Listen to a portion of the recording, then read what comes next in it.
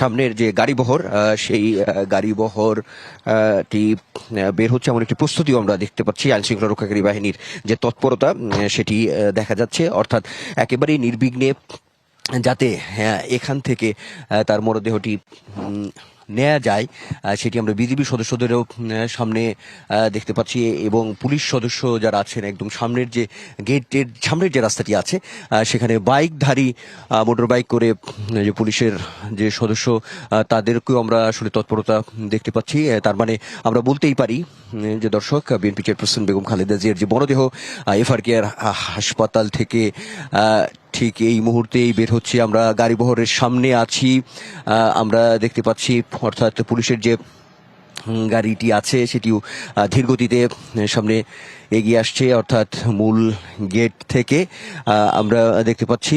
নিশ্চয়ই দর্শক আপনারাও দেখছেন, দেখানোর চেষ্টা করছি আমরা যে বিএনপি চেয়ারপারসন বেগম খালেদা জিয়ার যে মরদেহ, অর্থাৎ মরদেহবাহী যে কফিন, সেই কফিন বাহী যে অ্যাম্বুলেন্স সেটি এরই মধ্যে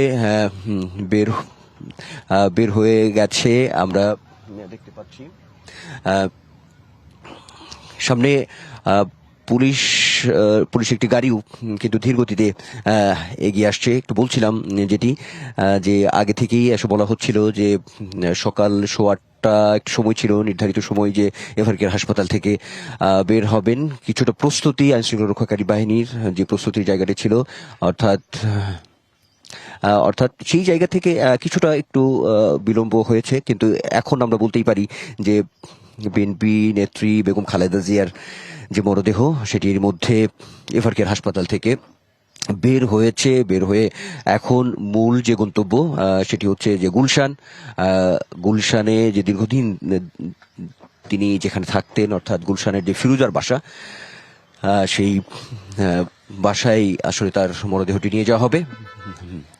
সেই ক্ষেত্রে আমরা একটু, আমার সহকর্মী আরিফুল ইসলাম আছেন একেবারে এফআরকেআর হাসপাতালের গেটের সামনে। আমরা এফআরকেআর এই যে গেটটি আছে তার অপর পাশে আমি আছি।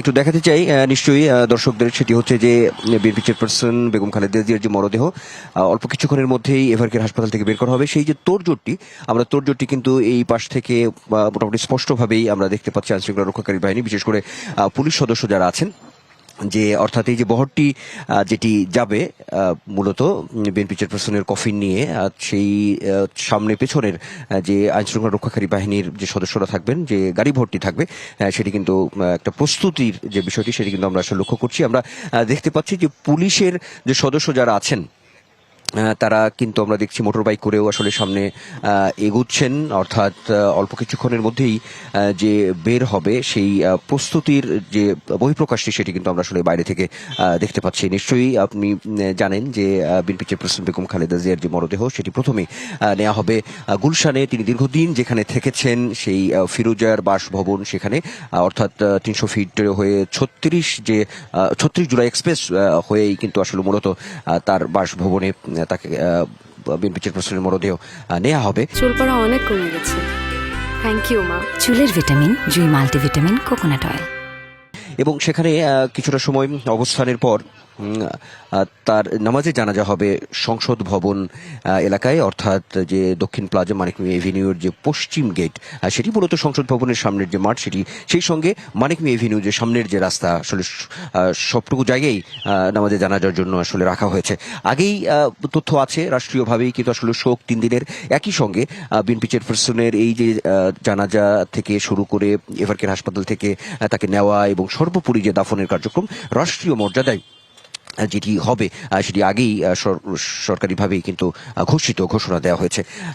সেই জায়গা থেকে আমরা একটি বিষয় একটু বলতে চাই, আইন শৃঙ্খলা রক্ষাকারী বাহিনী এখন পর্যন্ত বেশ তৎপর অবস্থায় আছে। আমরা এখানে দেখেছি পুলিশ, সেনাবাহিনী, র্যাব, অর্থাৎ বিজিবি, এখানে আমরা দেখেছি তাদের গাড়িবহর, সেই সঙ্গে হাসপাতালের ভেতরেও যে তাদের যে বহর সেটি কিন্তু প্রবেশ করেছে। আমরা সকালের দিকে দেখেছি যে একটি অ্যাম্বুলেন্স প্রবেশ করেছে, সেটি জাতীয় পতাকাবাহী একটি অ্যাম্বুলেন্স আসলে প্রবেশ করেছে এই এফআরকেআর হাসপাতালে। আমরা মনে করছি যে সেই অ্যাম্বুলেন্সেই বিএনপি চেয়ারপারসন বেগম খালেদা জিয়ার মরদেহটি নেওয়া হবে, এমন একটি তথ্য আছে। তো একটি বিষয় যে নেতাকর্মীদের যে খুব বেশি ভিড় এই এভার কেয়ারের সামনে আমরা সকাল থেকে খুব বেশি দেখিনি, আমরা দেখেছি। আমরা আমরা যদি বলি যে গাড়িবহরটি বের হচ্ছে বিএনপি চেয়ারপারসন বেগম খালেদা জিয়ার যে গাড়িবহর, অর্থাৎ যে তার যে মরদেহ, সেই মরদেহটি বের হচ্ছে এমন একটি প্রস্তুতি কিন্তু আমরা দেখতে পাচ্ছি। অর্থাৎ বিএনপি চেয়ারপারসনের মরদেহবাহী যে অ্যাম্বুলেন্সটি সেটি সহ এবং সামনের হ্যাঁ হ্যাঁ হ্যাঁ সামনের যে গাড়িবহর সেই গাড়িবহরটি বের হচ্ছে এমন একটি প্রস্তুতিও আমরা দেখতে পাচ্ছি। আইন শৃঙ্খলা রক্ষাকারী বাহিনীর যে তৎপরতা সেটি দেখা যাচ্ছে, অর্থাৎ একেবারেই নির্বিঘ্নে যাতে এখান থেকে তার মরদেহটি নেওয়া যায় সেটি আমরা বিজিবি সদস্যদেরও সামনে দেখতে পাচ্ছি, এবং পুলিশ সদস্য যারা আছেন একদম সামনের যে গেটের সামনের যে রাস্তাটি আছে সেখানে বাইকধারী মোটর বাইক করে যে পুলিশের যে সদস্য তাদেরকেও আমরা আসলে তৎপরতা দেখতে পাচ্ছি। তার মানে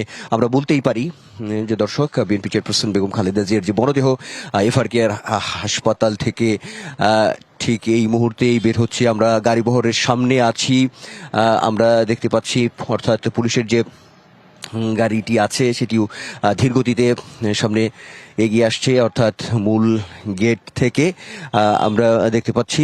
নিশ্চয়ই দর্শক আপনারাও দেখছেন, দেখানোর চেষ্টা করছি আমরা যে বিএনপি চেয়ারপারসন বেগম খালেদা জিয়ার যে মরদেহ, অর্থাৎ মরদেহবাহী যে কফিন, সেই কফিন বাহী যে অ্যাম্বুলেন্স সেটি এরই মধ্যে বের হয়ে গেছে, আমরা দেখতে পাচ্ছি। সামনে পুলিশ একটি গাড়িও কিন্তু ধীর গতিতে এগিয়ে আসছে। একটু বলছিলাম যেটি যে আগে থেকেই এসে বলা হচ্ছিল যে সকাল 8:15 একটা সময় ছিল, নির্ধারিত সময় যে এভার কেয়ার হাসপাতাল থেকে বের হবেন। কিছুটা প্রস্তুতি আইন শৃঙ্খলা রক্ষাকারী বাহিনীর যে প্রস্তুতির জায়গাটি ছিল, অর্থাৎ সেই জায়গা থেকে কিছুটা একটু বিলম্ব হয়েছে, কিন্তু এখন আমরা বলতেই পারি যে বিএনপি নেত্রী বেগম খালেদা জিয়ার যে মরদেহ সেটি এর মধ্যে এভার কেয়ার হাসপাতাল থেকে বের হয়েছে। বের হয়ে এখন মূল যে গন্তব্য সেটি হচ্ছে যে গুলশানে যে দীর্ঘদিন তিনি যেখানে থাকতেন, অর্থাৎ গুলশানের যে ফিরুজার বাসা, সেই বাসায় আসলে তার মরদেহটি নিয়ে যাওয়া হবে। সেই ক্ষেত্রে আমরা একটু, আমার সহকর্মী আরিফুল ইসলাম আছেন একেবারে এভার কেয়ার হাসপাতালের গেটের সামনে, আমরা